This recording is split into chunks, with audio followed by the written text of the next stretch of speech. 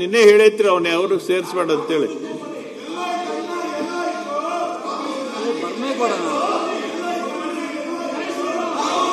ಉತ್ತರ ಒದಗಿಸಲಾಗಿದೆ ಮಾನ್ಯ ಅಧ್ಯಕ್ಷ ಬೊಮ್ಮೇಗೌಡ.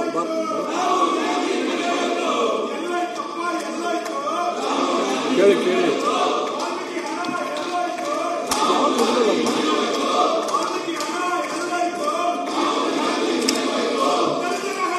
ಯಾವುದು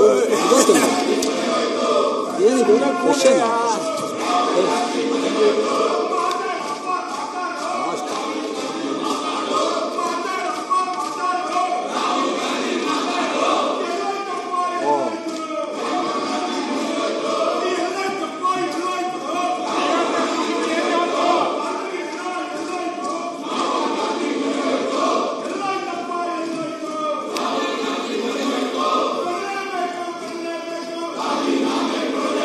ಒದಗಿಸಲಾಗಿದೆ ಮಾನ್ಯ ಅಧ್ಯಕ್ಷ ಉತ್ತರವನ್ನು ಒದಗಿಸುತ್ತಾರೆ.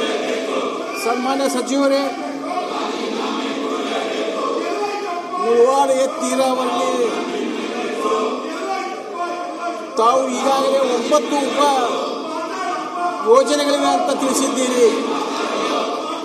ನಮ್ಮ ಜಿಲ್ಲೆಗೆ ಆಗಮಿಸಿರುವಂತಹ 303 TMC ನೀರಿನಲ್ಲಿ ಇದು ಕೊನೆಯ ಕ್ಷಣ. ಅಂದರೆ ರೇವಣಸಿದ್ದೇಶ್ವರ ಏತ ನೀರಾವರಿ ಅಂಥೇಳಿ ನಮ್ಮಲ್ಲಿ ಏತ ನೀರಾವರಿ ಬರುತ್ತೆ.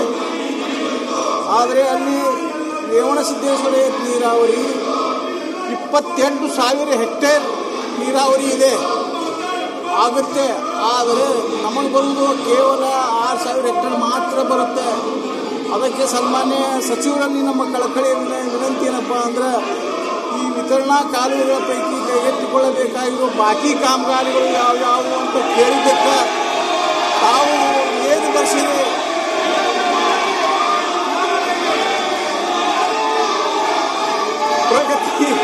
ಪ್ರಗತಿಯಲ್ಲಿರತಕ್ಕಂಥ ಕಾಮಗಾರಿಗಳು ವಿತರಣಾ ನಂಬರ್ 36ರಿಂದ 37,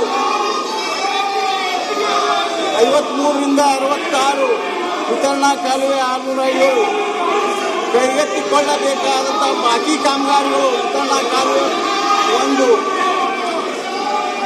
ಪ್ಲೀಸ್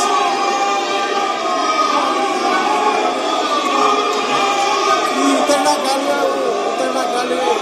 ಕಾಲುವೆ ಮತ್ತು ಕೈಗೆತ್ತಿಕೊಳ್ಳುವ ಕಾಮಗಾರಿಯಲ್ಲಿ ಸ್ವಲ್ಪ ನೀರಾವರಿ ಅದೇ ಸರ್, ಪ್ಲೀಸ್ ನೀರಾವರಿ ಬಗ್ಗೆ ಮಾತಾಡಕತ್ತೆ ಸ್ವಲ್ಪ ಗಮನ ಇರಲಿ. ಅಲ್ಲೆಲ್ಲ ನೀರಿಲ್ಲಾರ್ದೆ ಕುಡಿಲಾಕ ನೀರಿಲ್ಲಾರ್ದೆ ಇದು ಮಾಡಕತ್ತಾರಲ್ಲ.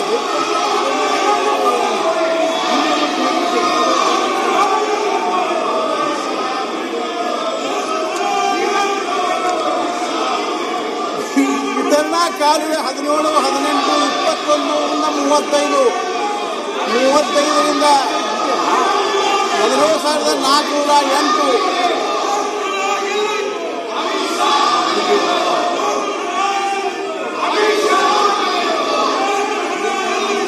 ಅಮಿತ್ ಶಾ ಮಾನ್ಯ ಅಧ್ಯಕ್ಷೆ ಅವ್ರು ಹೇಳಿರ್ತಕ್ಕಂಥದ್ದು 1ರಿಂದ 67 ಉಪನಾಲುವೆಗಳ ಕೆಲಸ ಆಗಬೇಕಾಗಿದೆ. 36ರಿಂದ 67 ಈಗಾಗಲೇ ಟೆಂಡರ್ ಆಗಿ ಕೆಲಸ ನಡೀತಾ ಇದೆ.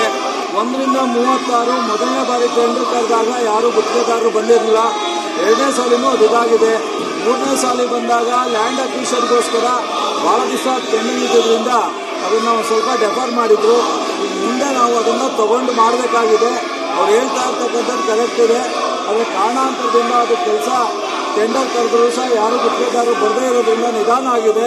ಮುಂದೆ ಅದನ್ನು ತಕ್ಷಣ ಏನಾದ್ರು ಮಂಜೂರು ಮಾಡಿ ಕೆಲಸ ಮಾಡಲಿಕ್ಕೆ ನಾನು ಪ್ರಯತ್ನ ಮಾಡ್ತೀನಿ. ಅವ್ರ ಜೊತೆ ಪ್ರತ್ಯೇಕವಾಗಿ ಮಾತಾಡ್ತೀನಿ.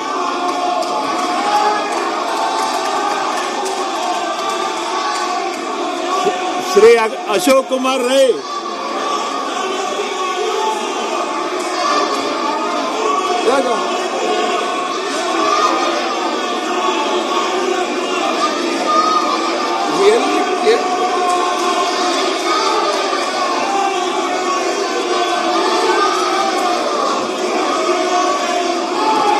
ಪ್ರಶ್ನೋತ್ತರ ಮುಕ್ತಾಯ ಆಯಿತು.